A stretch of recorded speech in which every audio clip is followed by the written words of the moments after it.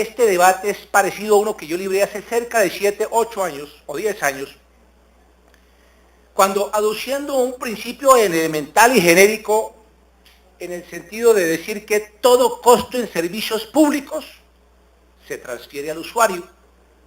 Yo peleé, me levanté aquí, claro que por supuesto de manera absolutamente insular, reclamando como en su momento una importante empresa que era, para la época era Comcel y había tomado, creo, si no era Comcel, la decisión de la arquitectura GSM, que fue la que primó en el mundo, y la otra la americana, la TDMA, y entonces al cambio costó cerca de 500 millones de dólares, un poco mal contados entre las tres operadoras, y eso no lo perdieron las arcas ni de América, ni de BellSouth, ni de Millicom, ni de nadie, sino de los colombianos que pagamos eso.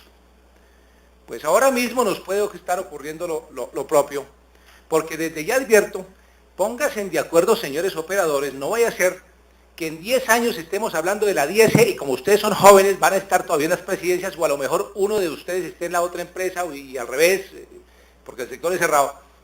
Cuando el ministro esté allí en la UIT presidiéndola, no le creemos ese problema ya. Porque cuando hablemos de la 10G, entonces será la pelea, ¿por qué no hicimos cuando el senador Peraza nos advirtió de una vez la asignación del espectro para transportar la materia que va a ser transportada de manera móvil? Pero ¿cómo fuimos de brutos? Solamente avisoramos el espectro, el mismo escenario que pelearon las telefonías de TPVC hace 10 años. Recuerdo que botaron los fierros muchos porque creímos que la utilidad de ellos era la voz y no terminó siendo más importante el tema de datos y por eso vuelven a valer.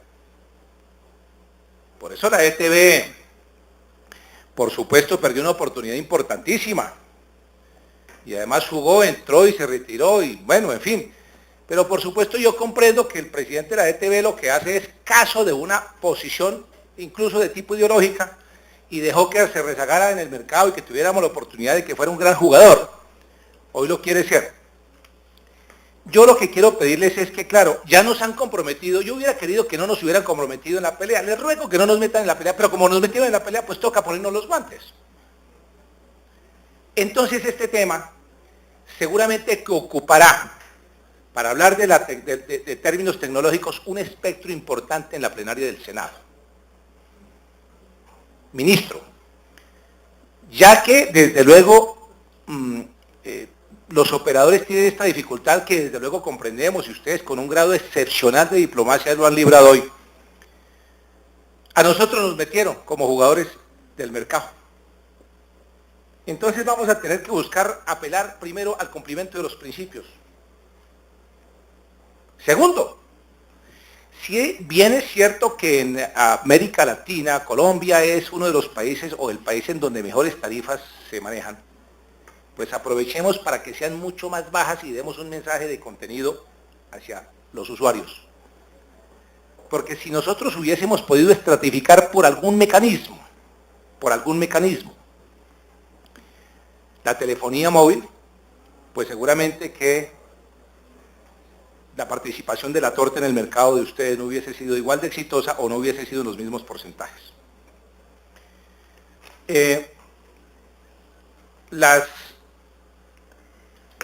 Los temas que planteó, por ejemplo, Avantel, en el sentido de significar que si bien es cierto hay un operador dominante y que por eso hay altos costos y no hay competencias, justamente en mi concepto lo contrario.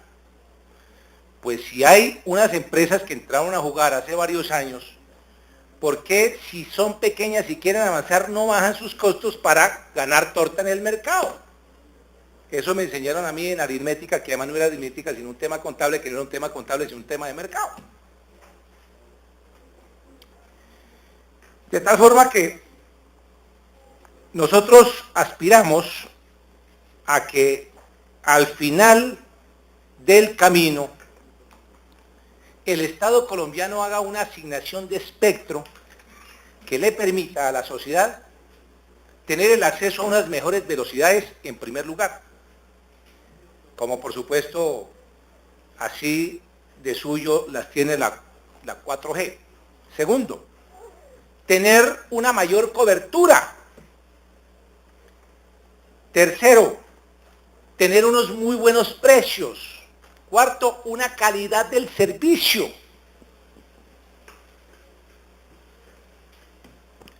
Y, por supuesto, unas condiciones que nos permitan acceder, incluso en el tema de los terminales,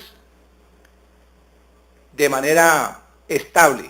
Y lo digo porque en cualquier momento, todos los terminales de los 47 millones de colombianos vamos a tener que botarlos a la basura, porque, por ejemplo, ha sido adaptado por parte de los operadores en el tema de la televisión digital terrestre, con el estándar europeo que nosotros hemos escogido, para que podamos tener la movilidad que fue uno de los puntos vitales para haber escogido este estándar. Senador La Serna, si mañana entra en vigencia la movilidad de la TDT, así tengamos el último de estos terminales, no va a servirnos. Y entonces todo eso se va a la basura y, por supuesto, los nuevos costos llegan por cuenta de los usuarios. Quiero, señor presidente y ministro, hacer una reflexión respecto de otro tema. ¿Qué estamos haciendo aquí? Ligando la voz al espectro, que era para lo que inicialmente ustedes habían entrado al terreno del juego en 1994, y después con datos, etcétera.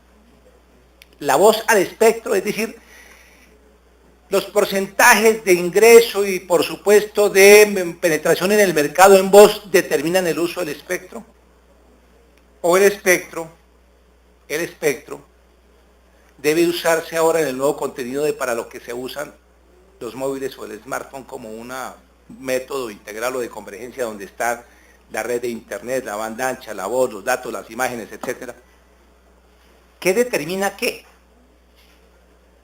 Eso me parece que es un cuestionamiento que surge de esta polémica que habrá que resolverla, y por eso me parece que hay que apelar a quienes en otros países han tenido dificultades, es decir, a decisiones de Estado que han sido parecidas. Con esto lo que quiero decir es que si el uso de la voz en porcentajes como están hoy, los conocemos, va a determinar que ese mismo sea el porcentaje menor o mayor para la asignación del espectro faltante, en la medida en que va a haber unos nuevos servicios, unos servicios que por su contenido necesitan de mucho mayor velocidad, de mucho mayor carga, de mucho mayor espectro.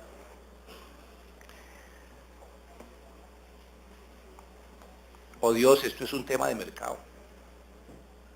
¿Cómo los legisladores nos vamos a entrometer si todos entraron con las mismas normas, con el mismo juego? Más aún, señor ministro, ahora recuerdo una perla en el sector, senador La Serna, muchísimos años antes de que se venciera la licitación, perdóneme, la asignación de las primeras licencias, ya se había hecho la asignación de la prórroga. Y ahí no hubo ningún tufillo a nada. Eso fue, y solamente, senador Delgado, ocurrió en Colombia. Cuando yo hice un debate, dijeron, no, es que era para preparar el bolsillo para las nuevas tecnologías que venían. De tal forma que como este es un tema de mercado, deben prepararse ustedes, los jugadores, con sus recursos, con su inversión, y descremen y los que vienen, porque vienen además, producto de la invención del ser humano, nuevas tecnologías, nuevos mecanismos, repito. En cualquier momento vamos a tener que hablar de 10ª generación o de 12ª generación.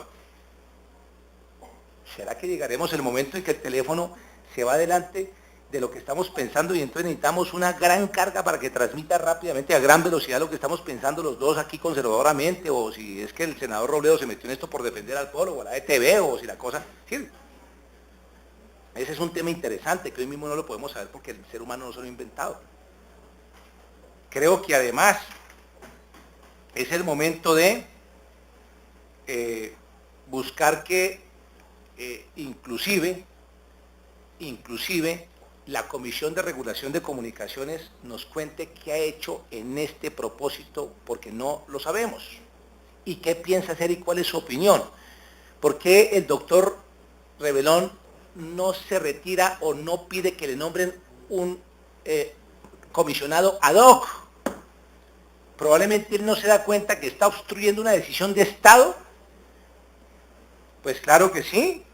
¿Por qué aferrarnos a un cargo si eso implica que se genere esta dificultad, que en últimas casi que fue generada por ahí, pero que hoy la llevamos ya a otro terreno? Y por supuesto buscar que además